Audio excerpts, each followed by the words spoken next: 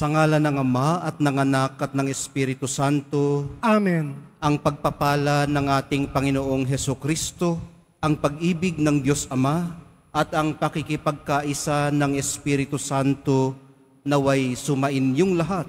At sumayo rin. Mga kapatid, aminin po muna natin at pagsisihan ng ating mga kasalanan upang tayo po'y maging marapat gumanap sa banal na pagdiriwang.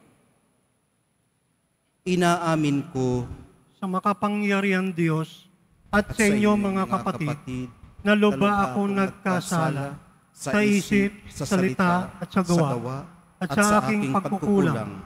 Kaya sinasama ko sa mahal na Biring Maria, sa lahat ng mga anghel at mga banal, at sa inyo mga kapatid, na ako'y panalangin sa Panginoong ating Diyos. Kaawaan tayo ng makapangyarihang Diyos, patawarin sa ating mga kasalanan, at patnubayan sa buhay na walang hanggan. Amen. Panginoon, kaawaan mo kami. Panginoon, kaawaan mo kami. Kristo, kaawaan mo kami. Kristo, kaawaan mo kami. Panginoon, kaawaan mo kami. Panginoon, kaawaan mo kami. Manalangin tayo. Ama naming makapangyarihan, ang paglingkuran ka ayon sa iyong kasiyahan ay kaloob na iyong ibinibigay sa iyong mga hinirang. Gawin mo ngang iyong mga pangako ay aming mapakinabangan, ayon sa paraang iyong kinalulugdan, sa pamamagitan Hesukristo, kasama ng Espiritu Santo, magpasawalang hanggan. Amen. Magsiupo muna ang lahat.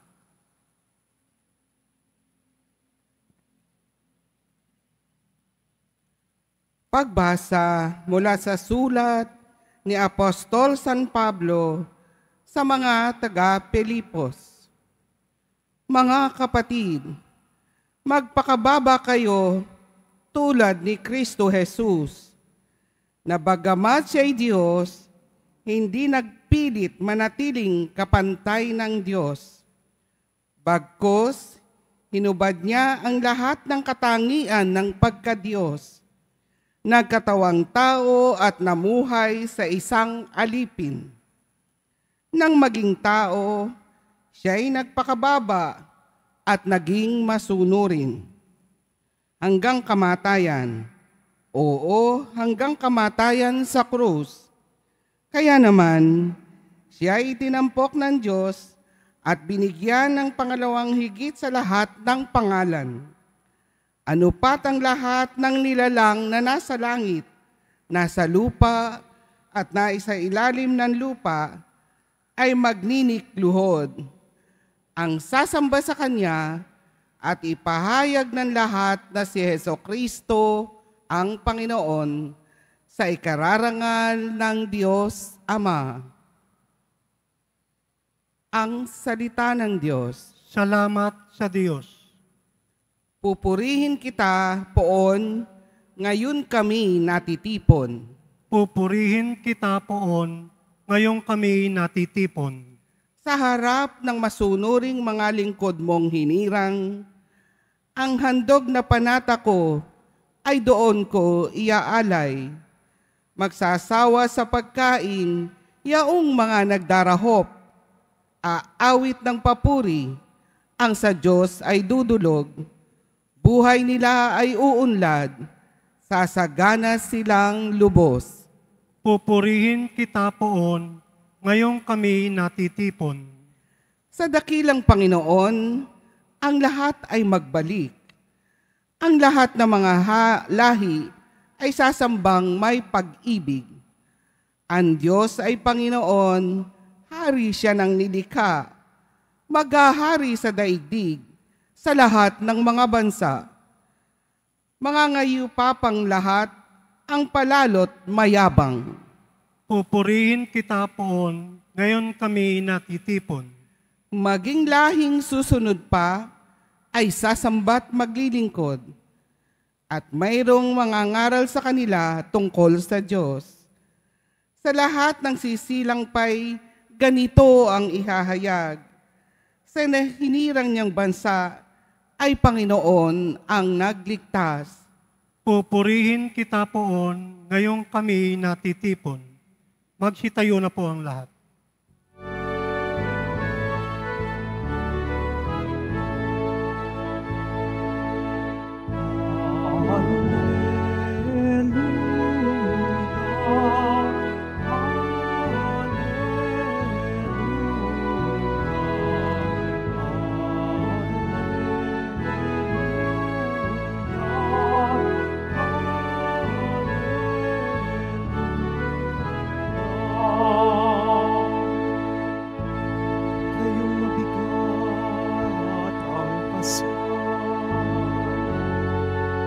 Jesus, maglapitan upang kayo'y masiyahan.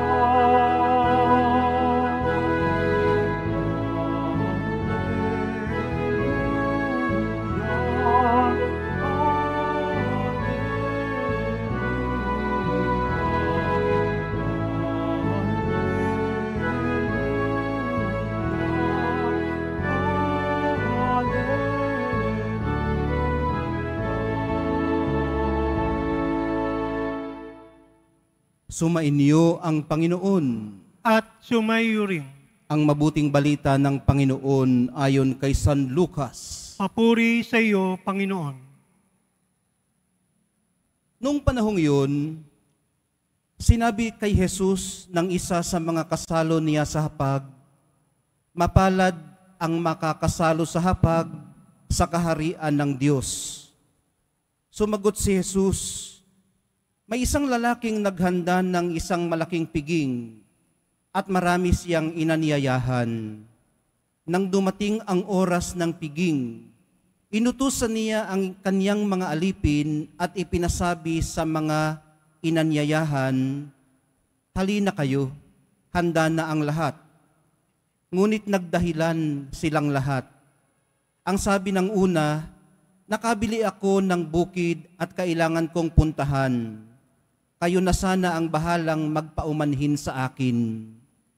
At sinabi ng isa, nakabili ako ng 5 pares na baka at kailangan kong isingkaw para masubok.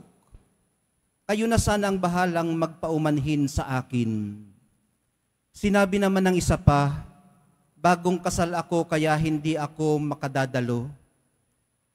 Bumalik ang alipin at ibinalita ito sa kanyang Panginoon.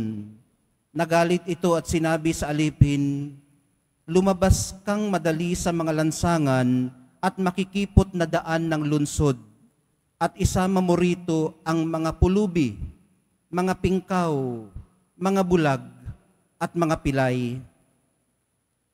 Pagbabalik ng alipin ay sinabi niya, Panginoon, nagawa na po ang iniutos ninyo, ngunit maluwag pa. Kaya't sinabi ng Panginoon sa alipin, lumabas ka sa mga lansangan at sa mga landas at pilitin mong pumarito ang mga tao upang mapuno ang aking bahay.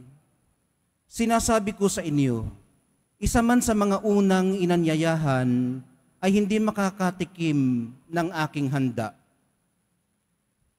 Ang mabuting balita ng ating kaligtasan. Pinupuri ka namin, Panginoong Jesucristo. Magsiupo muna tayong lahat. Napakinggan po natin sa Ebanghelyo na inihahalin tulad ni Jesus ang kaharian ng Diyos sa isang malaking piging na kaniyang ipinag-anyaya hanggang sa punto ng pamimilit nang magsitanggi ang mga unang inanyayahan. Higit pa siguro sa pagtatanong kung bakit saka lamang nag-anyaya ng mga may kapansanan nang tumanggi sila, yung mga unang inanyayahan, at higit pa siguro doon sa pagtatanong kung sino-sino ba yung mga unang inanyayahan.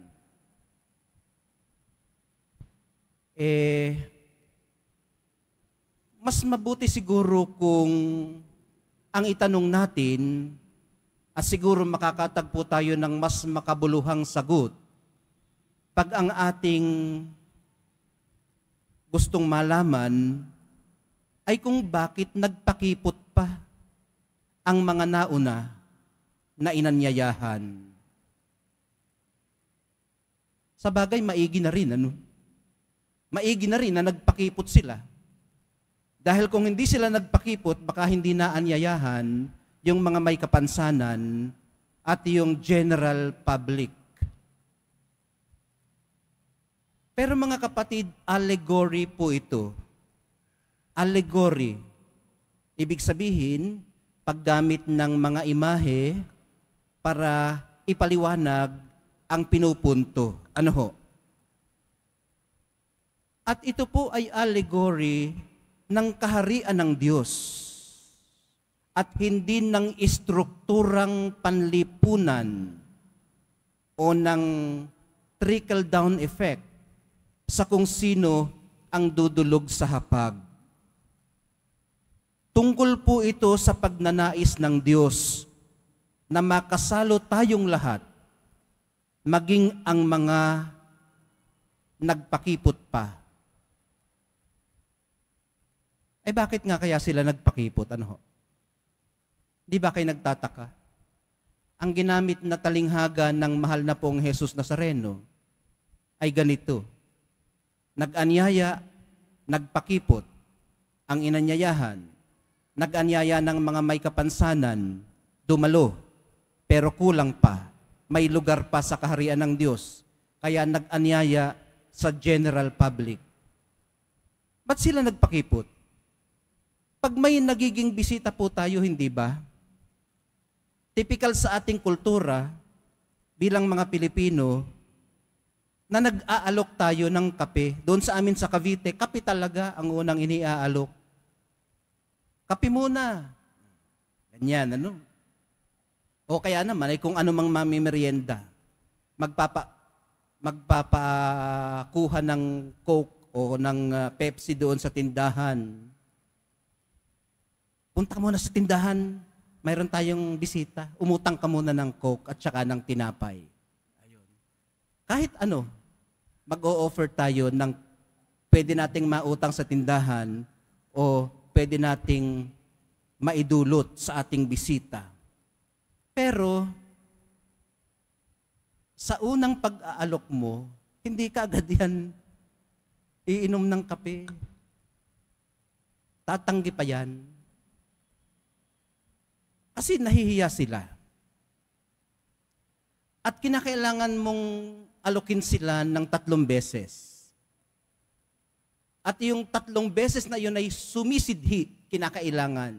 Ibig sabihin, kinakailangang maramdaman nila na hindi pasumala ang iyong pag-aalok. Alam niyo ba yung pasumala? Yung pasumala, nag-alok na ako, ayaw mo, di huwag. Salamat kung magpapaunla ka, pero salamat din kung hindi. Ganun yung pasumala. Either or. Kailangan nilang maramdaman na sincero ang pag-aalok mo. Kaya mag-aalok ka pa ng 2 beses at mas mapilit. Pag hindi pa rin, hihilahin mo na. Hahawakan mo na ang braso, dadalhin mo na sa kusina, bibigyan mo ng plato. Ganon, di ba? Kailangang maramdaman ang sincerity ng pag-aalok. Baka kasi nga nahihiya o malamya ang pag-aalok mo. Pero mukhang hindi po hiya ang dahilan ng pagtanggi ng mga naunang inalok sa ating talinghaga. May kanya-kanya po silang dahilan at lahat ng iyon ay valid at mahalaga. Pero hindi kaya nagpapaimportante din lamang sila? Alam niyo mga kapatid, ang malalim pong pinagmumulan ng pagpapaimportante ay ang tinatawag natin na sense of entitlement. Kaya di ba? Sa ibang mga ebanghelyong ating napakinggan, sinasabi ng Nazareno na kung dadalo ka sa isang piging, piliin mo ang pinakaabang pwesto. Ayun ano. Kasi tinuturuan niya tayong magpakumbaba.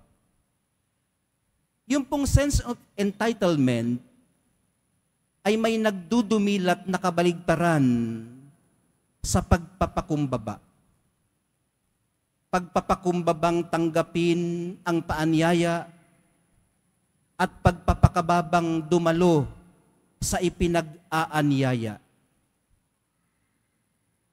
Sa madaling salita, mga kapatid, ang talinghaga po ng Nazareno para sa ating lahat ngayon ay paanyaya hindi lamang para makasalo ng Lord of Hosts, kundi paanyaya para sa pagpapakumbaba at pagpapakababa, na siya namang natatanging paraan para ma-enjoy po natin ang hapag kasama niya. Mahal na poong Jesus Nazareno, turuan niyo po kaming dumalo ng may pagpapakumbaba.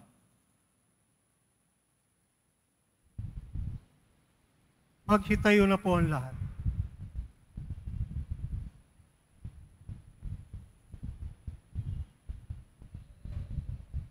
Minamahal kong mga kapatid, may pananampalataya nating itaas sa Ama ang ating mga kahilingan. Siya na nagnanais na tanggapin nating lahat ang kanyang paanyaya sa hapag ng buhay na walang hanggan. Sa bawat panalangin ang atin pong itutugon, Diyos ng lahat ng kabutihan, pakinggan mo kami. Diyos ng lahat ng kabutihan, pakinggan mo kami.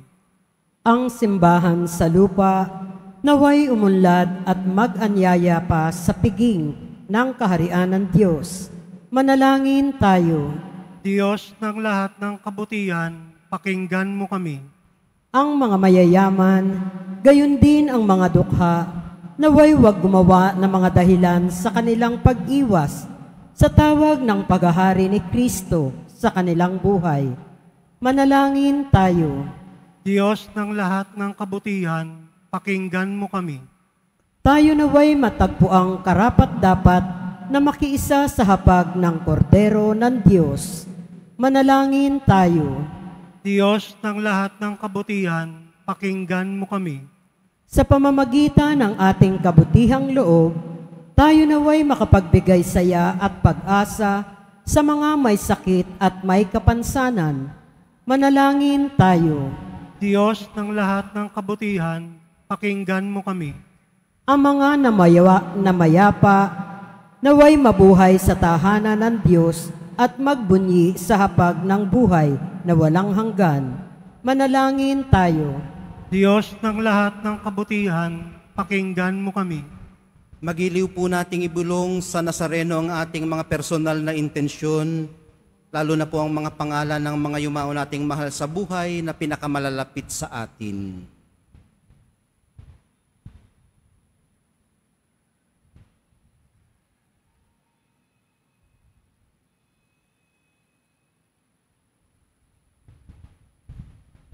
Manalangin tayo. Diyos ng lahat ng kabutihan, pakinggan mo kami. Ama naming Diyos, tinawag mo kami upang makiisa sa iyong kasaganaan. Maging bahagi nawa kami ng mga mabiyayang pagkakataon na dumaraan sa aming buhay at tumugon kami ng may bukas na puso. Hinihiling po namin ito sa pamamagitan ni Kristong aming Panginoon. Amen. Magsiupo muna ang lahat.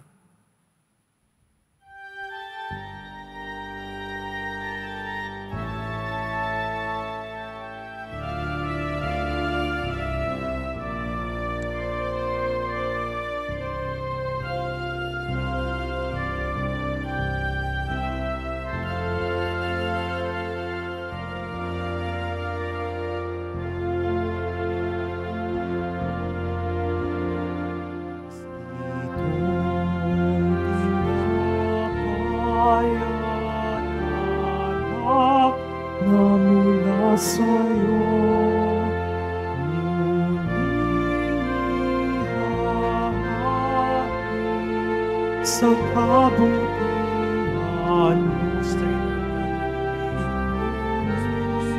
at tanggapin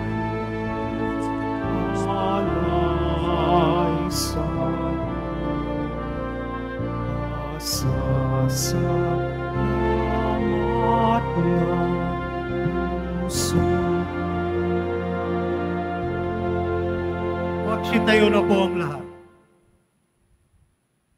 Halina't manalangin mga kapatid, upang itong ating paghahain ay kalugdan ng Diyos Amang makapangyarihan. Tanggapin nawa ng Panginoon itong paghahain sa iyong mga kamay, sa kapurihan niya at karangalan, sa ating kapanabangan at sa buong sambayanan niyang banal. Ama naming lumikha, ang paghahain naming ito ay maging dalisay nawa at maging banal na pakikinabang namin sa iyong awang dakila, sa pamamagitan ni Hesukristo, kasama ng Espiritu Santo, magpasawalang hanggan. Amen. Sumainyo ang Panginoon. At sumaiyo rin. Itaas sa Diyos ang inyong puso at diwa. Tinaas na namin sa Panginoon. Pasalamatan natin ang Panginoong ating Diyos. Marapat na siya ay pasalamatan. Ama naming makapangyarihan, tunay ngang marapat na ikaw ay aming pasalamatan. Pinagbibigyan mong ito'y aming maihayag, kahit na ito'y walang anumang maidaragdag, sa kadakilaang sa iyo ay likas. Sa pagpupuri namin ang nakikinabang ay kami ring iyong pinakikiharapan sa pamamagitan ng iyong anak na minamahal. Kaya kaisa ng mga anghel na nagsisiawit ng papuri sa iyo, nang walang humpay sa kalangitan, kami nagbubunyi sa iyong kadakilaan. Santo, Santo, Santo, Panginoong Diyos na mga hukbo, napupuno ang langit at lupa ng kadakilaan mo, o sana sa kaitaasan. Pinagpalang na paririto sa ngalan ng Panginoon, o sana sa kaitaasan. Magsiluhod po ang lahat.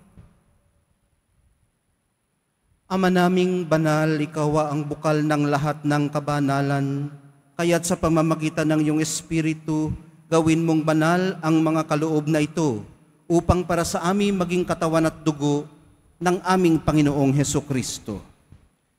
Bago niya pinagtiis ang kusang loob na maging handog, hinawakan niya ang tinapay, pinasalamatan kaniya, pinaghati-hati niya iyon, iniabot sa kanyang mga alagad at sinabi, tanggapin ninyong lahat ito at kanin, ito ang aking katawan na ihahandog para sa inyo.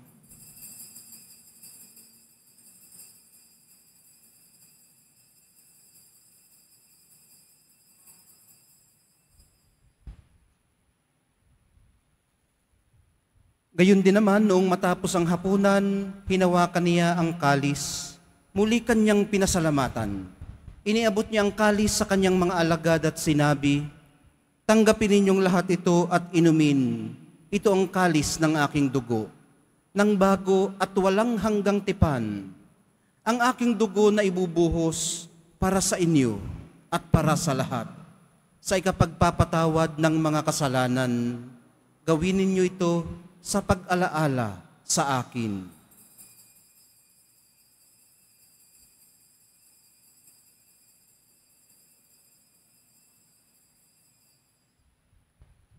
Magsitayo na po ang lahat. Ipagbunyi natin ang misteryo ng pananampalataya. Si Kristo'y namatay, si Kristo'y nabuhay, si Kristo'y babalik sa wakas ng panahon. Ama, ginagawa namin ngayon ang pag-alala sa pagkamatay at muling pagkabuhay ng iyong anak. Kaya tiniaalay namin sa iyo ang tinapay na nagbibigay buhay at ang kalis na nagkakaloob ng kaligtasan. Kami nagpapasalamat dahil kami yung minarapat na tumayo sa harap mo para maglingkod sa iyo. Isinasamo namin kaming magsasalo-salo sa katawan at dugo ni Kristo ay mabuklod sa pagkakaisa sa pamamagitan ng Espiritu Santo. Ama, lingapin mo ang iyong simbahang laganap sa buong daigdig. Puspusin mo kami sa pag-ibig, kaisa ni Francisco na aming Santo Papa at ni Jose na aming Obispo at ng Tanang Kaparian. Alalahanin mo rin ang mga kapatid naming nahimlay nang may pag-asang sila'y muling mabubuhay gayon din ang lahat ng mga pumanaw. Kaawaan mo sila at patuloyin sa iyong kaliwanagan. Kaawaan mo at pagindapatin kaming lahat na makasalo sa iyong buhay na walang wakas. Kaisa ng mahal na Birheng Maria na ina ng Diyos, ng kabiyak ng puso niyang si San Jose, kaisa ng mga apostol, ni San Juan Bautista, at ng lahat ng mga banal na namuhay dito sa daigdig ng kalugod-lugod sa iyo. Maipagdiwang nawa namin ang pagpupuri sa ikararangal mo sa pamamagitan ng iyong anak na aming Panginoong Hesukristo. Sa pamamagitan ni Kristo, kasama niya sa Kanya, ang lahat ng parangal at papuri ay sa iyo, Diyos Amang makapangyarihan, kasama ng Espiritu Santo, magpasawalang hanggan. Amen. Sa tagubilin ng mga nakagagaling na utos at sa turo ni Jesus na Panginoon natin at Diyos, ipahayag po natin ang lakas loob.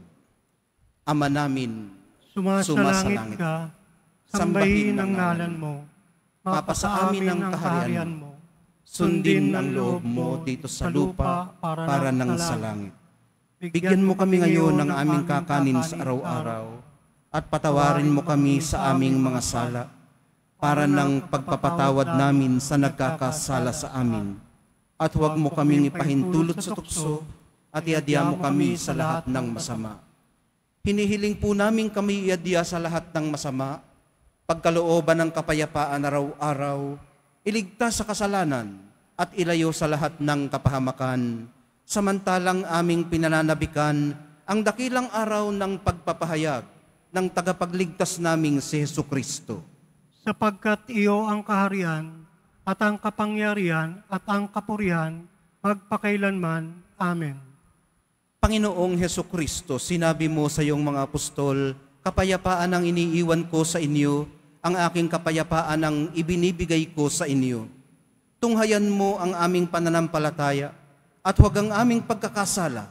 Pagkalooban mo kami ng kapayapaan at pagkakaisa ayon sa iyong kalooban, kasama ng Espiritu Santo, magpasawalang hanggan. Amen. Ang kapayapaan ng Panginoon ay laging sumainyo. At sumayo rin. Magbigayan po kayo ng kapayapaan sa isa't isa.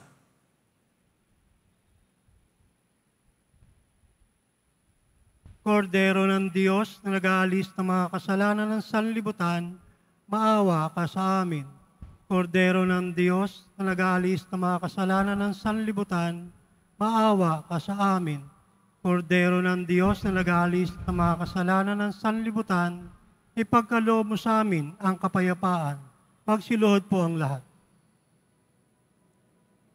Ito ang kordero ng Diyos. Ito ang nag-aalis ng kasalanan ng sanlibutan. Mapapalad ang mga inaanyayahan sa kanyang piging. Panginoon, hindi ako karapat-dapat na magpatuloy sa iyo, ngunit sa isang salita mo lamang ay gagaling na. May the body and blood of Christ bring us to everlasting.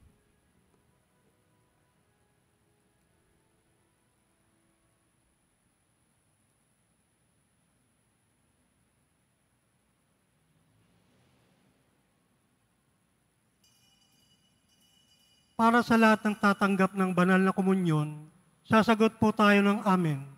Pagkasabi ng pari o ng lay minister ng katawan ni Kristo at isubo agad sa bibig bago umalis sa harapan ng pari o lay minister. Sumunod po tayo.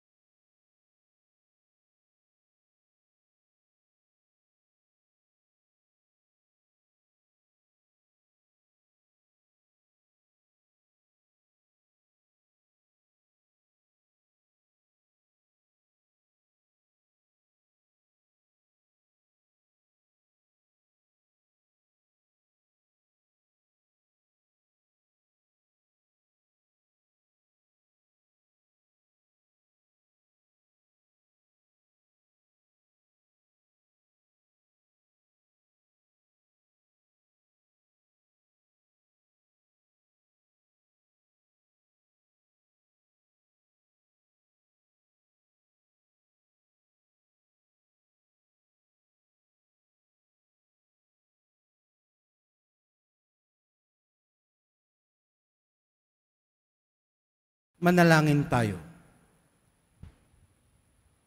Ama naming mapagmahal, magkaroon nawa ng karagdagang bunga ang iyong ginagampanan sa aming banal na pakikinabang upang sa aming pagsasalo, maging handa kaming tumanggap sa katuparan ng pangako mo sa pamamagitan ni Hesukristo kasama ng Espiritu Santo magpasawalang hanggan. Amen. Mga kapatid, ipagdasal po natin ang ating mga minamahal na yumao at ang lahat ng mga kaluluwa sa purgatorio.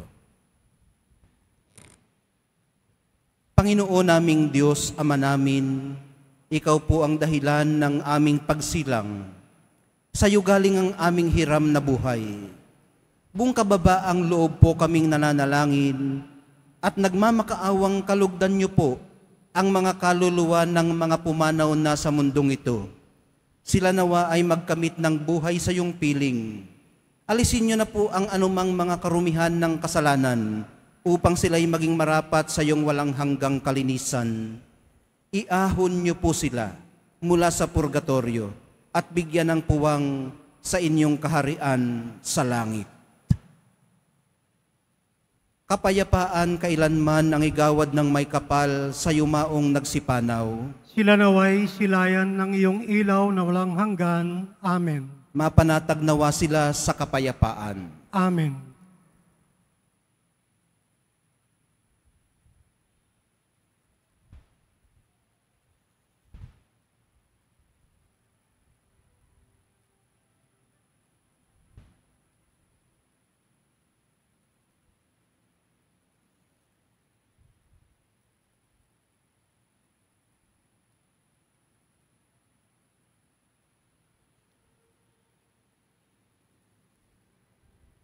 Sumainyo ang Panginoon. At sumayo rin.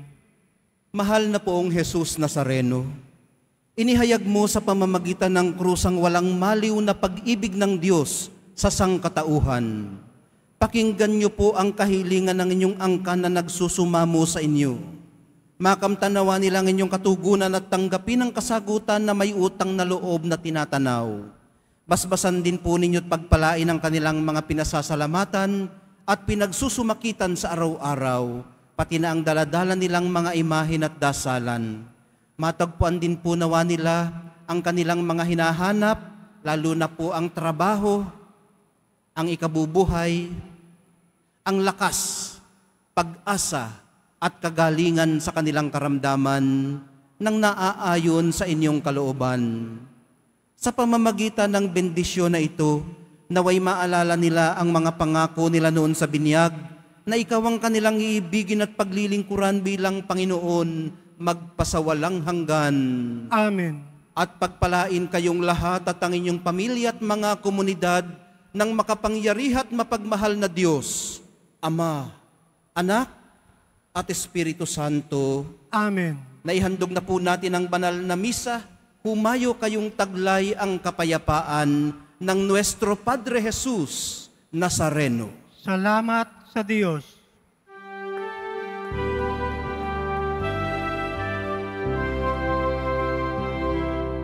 Nuestro Padre Jesus Nazareno, sinasamba ka namin.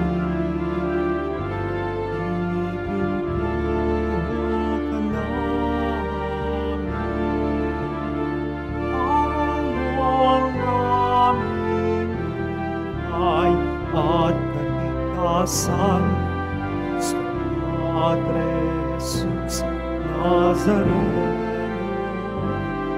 ligtas mo sa kasalanan, ang pusong kinamatayanan, sa bisan ng aming kalikasan. Nuestro Padre Jesus Nazareno, inarangal ka namin. Nuestro Padre Jesus Nazareno,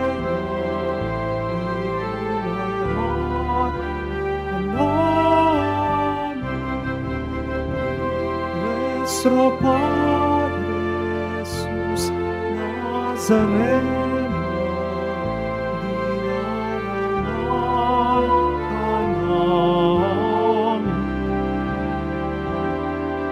Nuestro Padre